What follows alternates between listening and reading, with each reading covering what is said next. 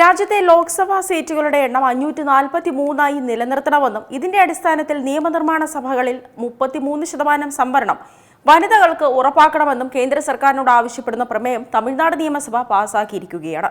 നിലവിലുള്ള ദേശീയ ജനസംഖ്യാ കണക്കെടുപ്പിൽ നിന്നും തുടർന്ന് നടക്കാനിരിക്കുന്ന മണ്ഡല പുനർനിർണയ പ്രക്രിയയിൽ നിന്നും വേർപെടുത്തി വനിതാ സംവരണം വേഗത്തിൽ നടപ്പിലാക്കാനായി ഭരണഘടനാ ഭേദഗതി ബില്ലിന് പാർലമെന്റിൽ ഭൂരിപക്ഷം തികയ്ക്കാൻ കേന്ദ്ര സർക്കാർ ശ്രമിക്കുന്നതിനിടെയാണ് തമിഴ്നാടിന്റെ ഈ നിർണായക നീക്കം.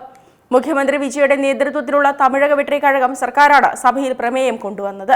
DMKയും ഇടതു പാർട്ടികളും വിടുതലൈ ചിരുതൈകൾ കക്ഷിയും പ്രമേയത്തെ പിന്തുണച്ചു. അതേസമയം BJP, അഖിലേന്ത്യാ അണ്ണാ ദ്രാവിഡ മുന്നേറ്റ കഴകം, പട്ടാളി മക്കൾ കക്ഷി, DMDK എന്നീ പാർട്ടികൾ പ്രമേയത്തെ എതിർത്തു. മണ്ഡല പുനർനിർണയത്തിന്മേൽ 50 വർഷമായി നിലനിൽക്കുന്ന നിയന്ത്രണം നീക്കിയിട്ടുണ്ട്.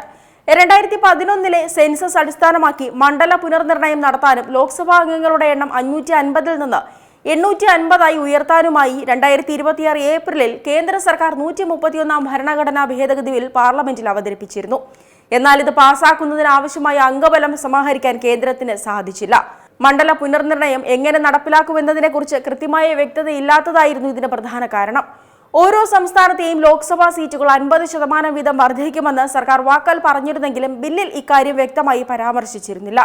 ഭരണഘടനാ ഭേദഗതി ബിൽ വീണ്ടും കൊണ്ടുവരികയാണെങ്കിൽ ജനസംഖ്യാ നിയന്ത്രണം വിജയകരമായി നടപ്പിലാക്കിയ തമിഴ്നാട് ഉൾപ്പെടെയുള്ള ദക്ഷിണേന്ത്യൻ സംസ്ഥാനങ്ങളുടെ പാർലമെന്ററി പ്രാതിനിധ്യത്തെ അത് സ്ഥിരമായി ബാധിക്കുമെന്ന് മുഖ്യമന്ത്രി വിജയ് ചൂണ്ടിക്കാട്ടി. രാഷ്ട്രീയ വ്യത്യാസങ്ങൾ മറന്ന് എല്ലാ അംഗങ്ങളും പ്രമേയത്തെ ഐകകണ്ഠേന പിന്തുണയ്ക്കണമെന്നും അദ്ദേഹം സഭയോട് അഭ്യർത്ഥിച്ചു.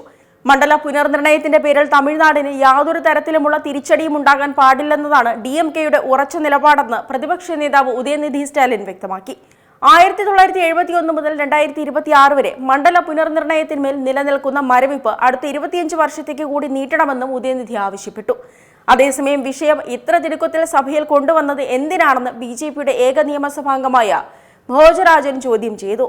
മണ്ഡല പുനർനിർണയ ബിൽ നിലവിൽ പ്രാഥമിക കരട് ഘട്ടത്തിൽ മാത്രമാണെന്നും കടുത്ത തിടുക്കത്തിൽ ഇത്തരം പ്രമേയങ്ങൾ കൊണ്ടുവരുന്നത് അംഗീകരിക്കാനാകില്ലെന്നും BJP ഇതിനെ എതിർക്കുന്നുവെന്നും അദ്ദേഹം സഭയിൽ പറഞ്ഞു.